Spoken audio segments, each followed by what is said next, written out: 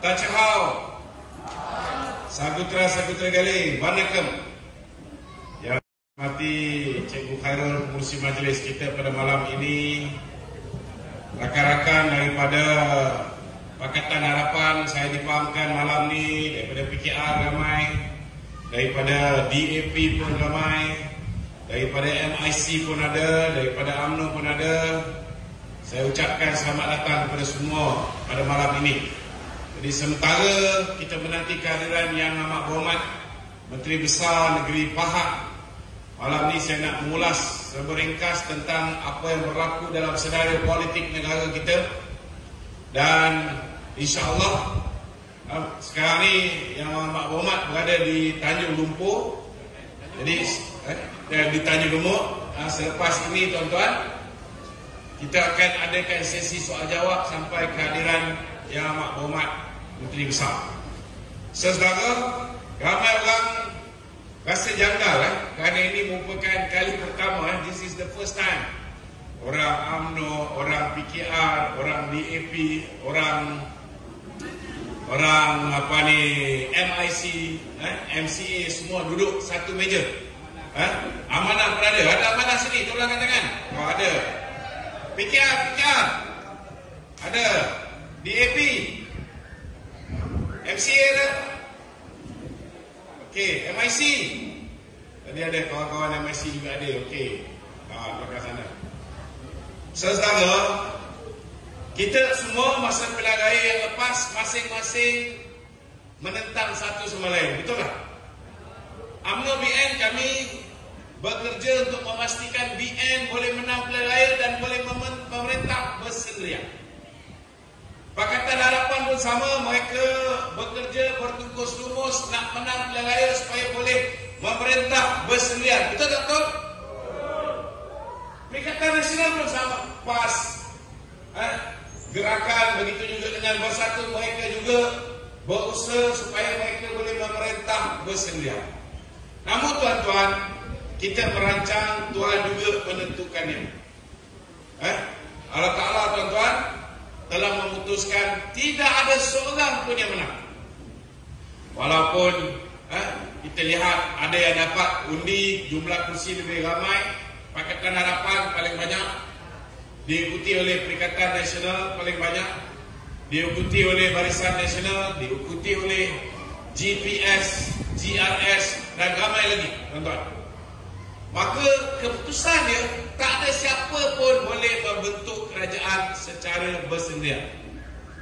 Ini menyebabkan saudara Kebawah Duli Yang Maha Mulia Seri Paduka Baginda Yang di-Pertuan Agong telah memanggil Datuk Seri Anwar Ibrahim, pengurusi Pakatan Harapan, dan memanggil Tan Sri Muhyiddin Yassin, pengurusi Perikatan Nasional, untuk datang ke istana.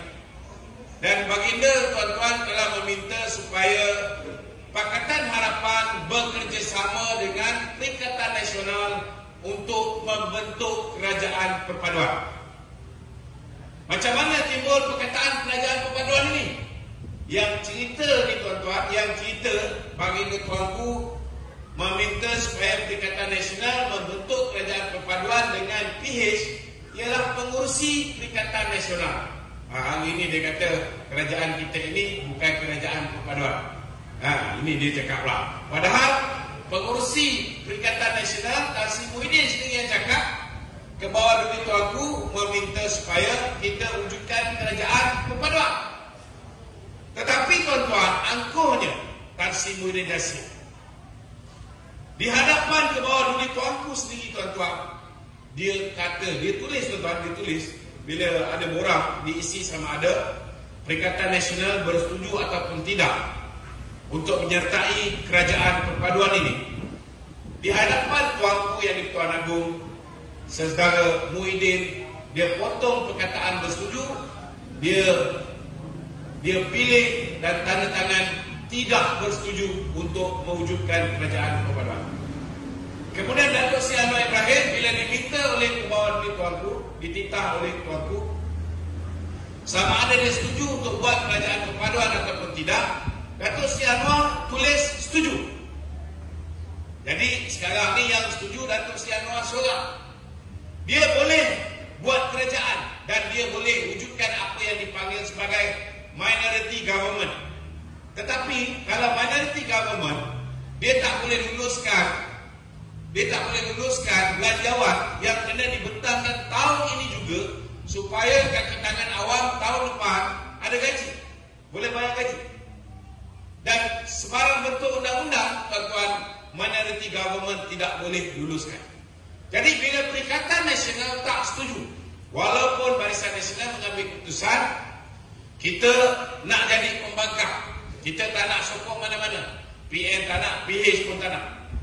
Tetapi bila dipanggil oleh baginda tuanku titahkan supaya BN menyertai kerajaan perpaduan bersama PH. Tuan-tuan, kita UMNO ni, BN, kita dari dulu lagi mendukung institusi diraja.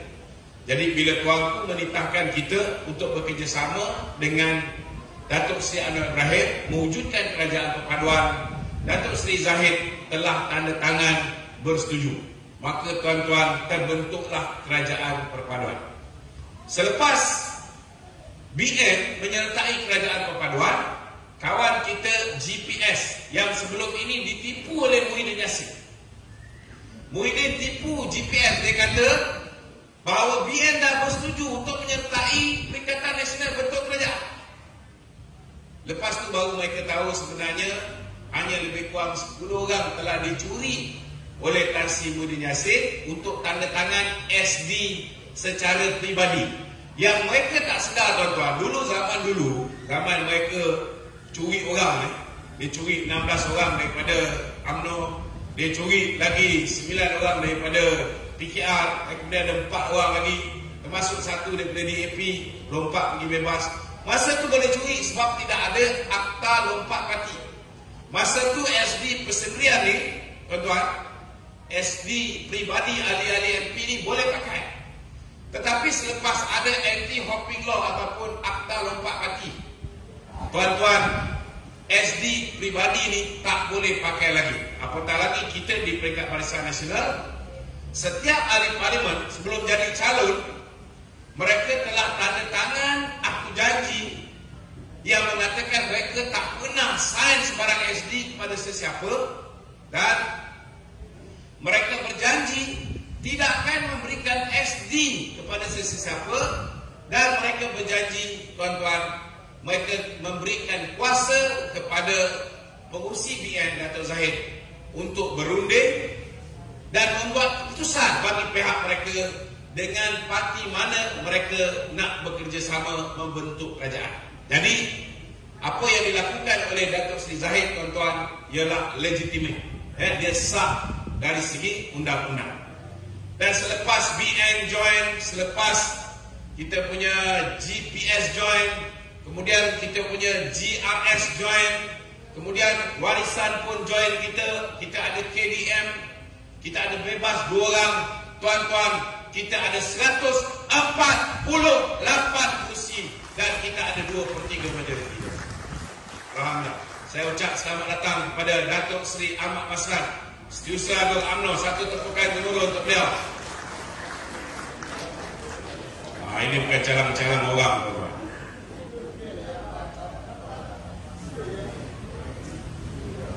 Jadi saudara, kita ada sebuah kerajaan yang cukup kuat. Kita ada sebuah kerajaan yang cukup stabil. 148 kursi.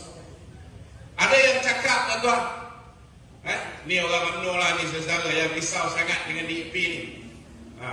Datuk, saya cakap dulu tu selepas ni dah tersambung. Ada yang bimbang. Dia kata habislah lepas ni UMNO kena makan dengan DAP. Ada juga yang takut.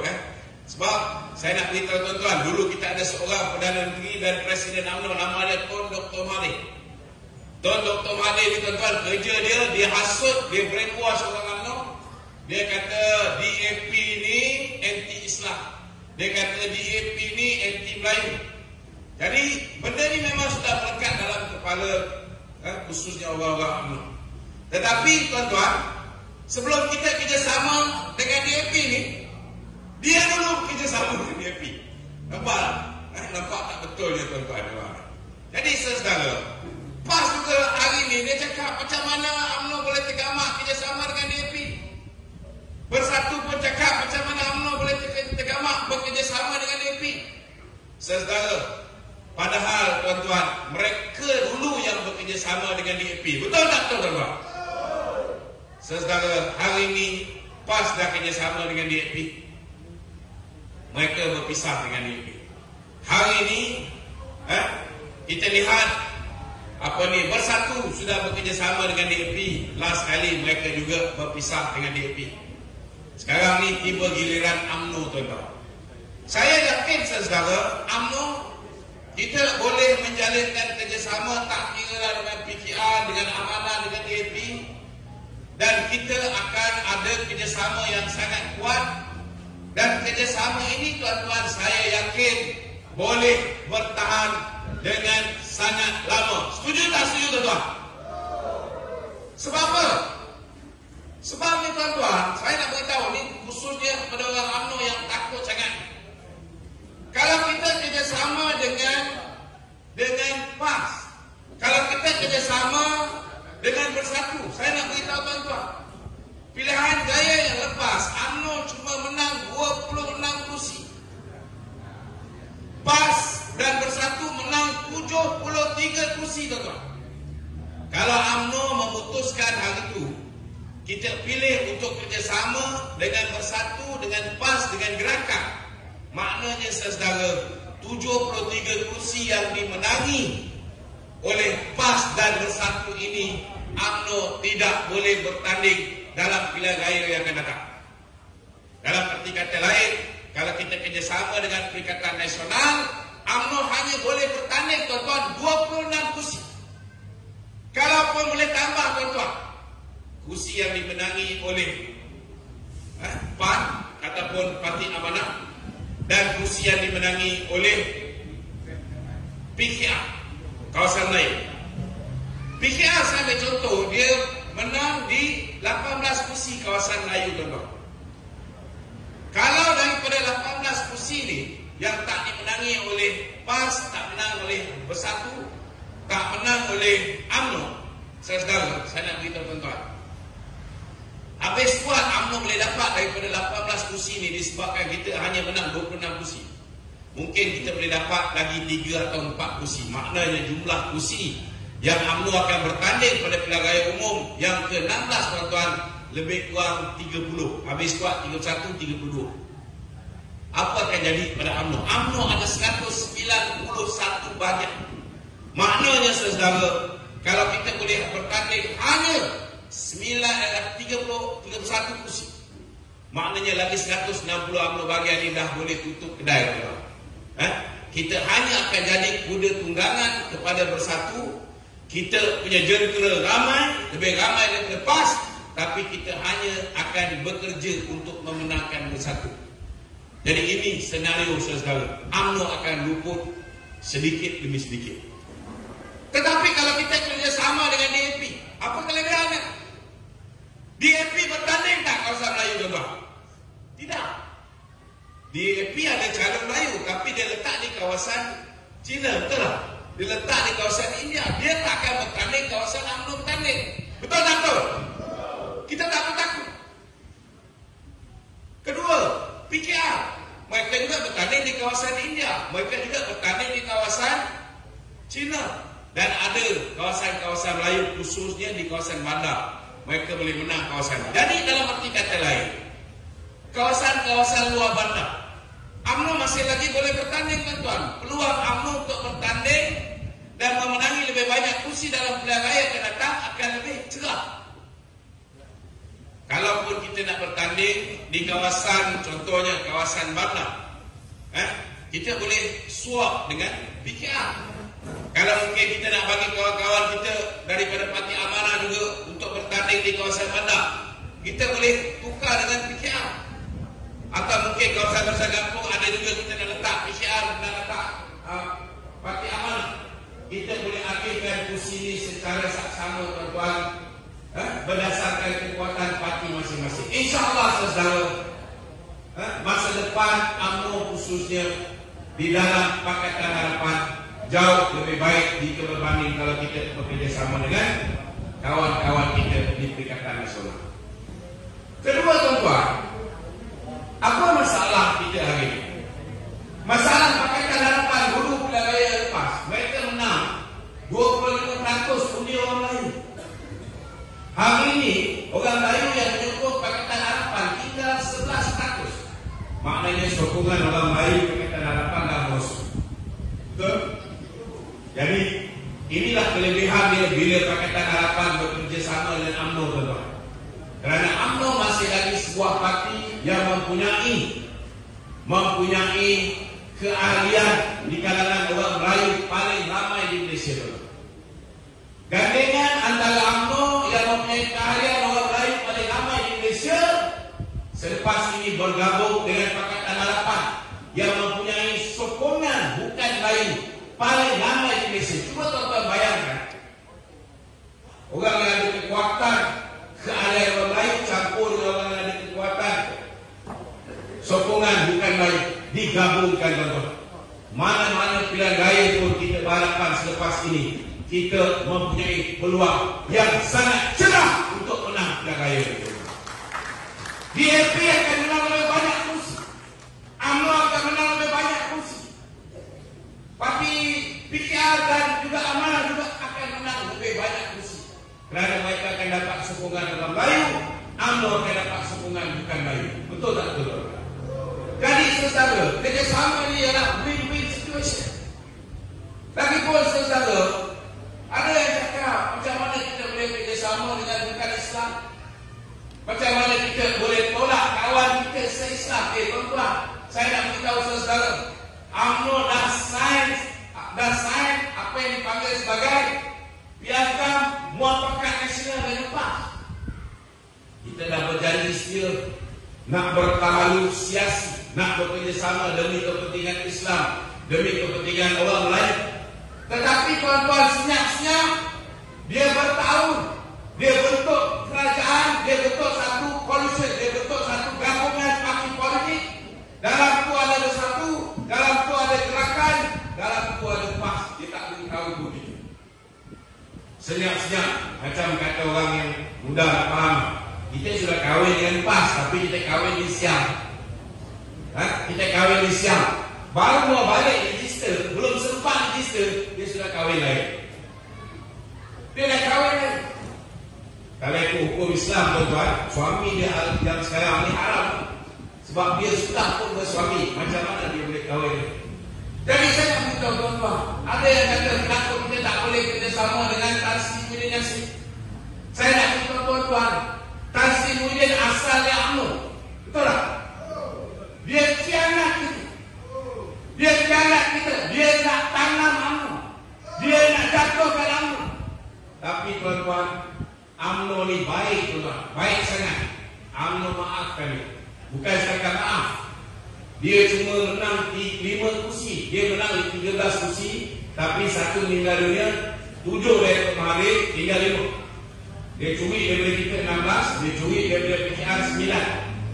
Dia ada 32 lebih kurang, tuan-tuan. Dia kita berdua, BN ada 40. Kita bagi dia jadi Perdana Menteri. Walaupun kita bagi dia jadi Perdana Menteri, tuan-tuan, patutnya dia appreciate kita lah, betul tak? Kita dah bagi dia jadi Perdana Menteri, kursi di malam Perdana Menteri bagilah pada UMNO. Tak apa maksud. Bila dia dah nak mati, tuan-tuan, dah nak kena undi tak percaya, baru dia nak bagi pada Dato' Sri Sarojini.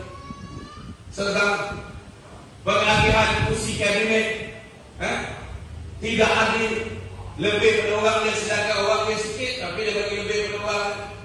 Kemudian dia tikam kita, duit UMNO ditahan.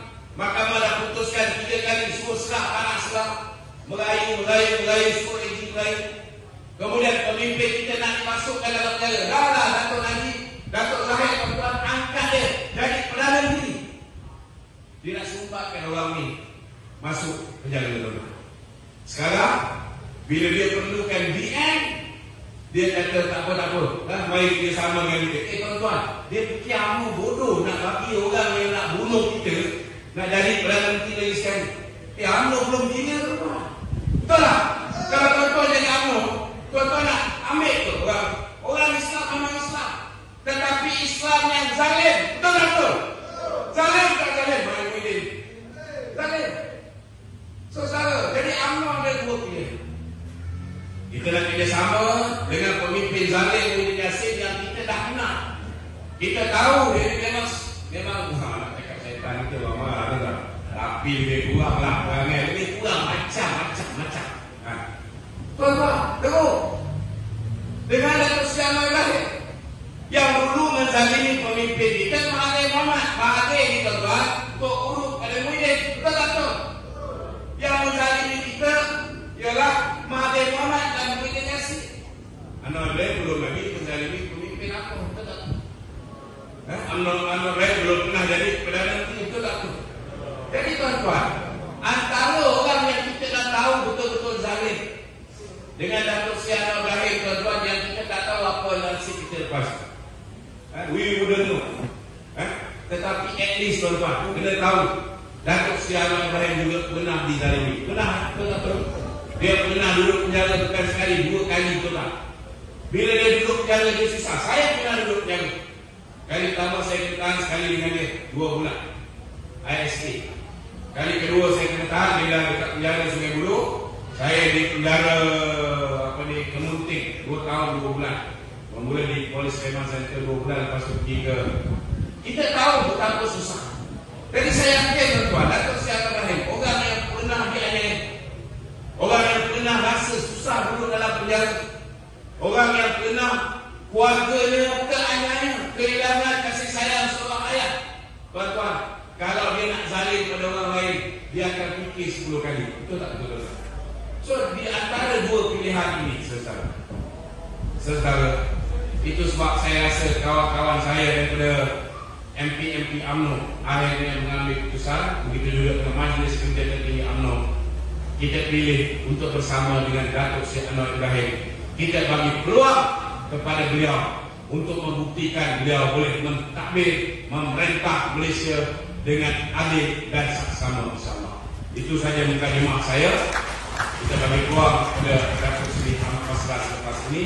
Kalau ada sesi soal jawab sementara kehadiran yang berhormat besar, kita boleh bersoal jawab selepas ini. Sekian. Assalamualaikum warahmatullahi wabarakatuh.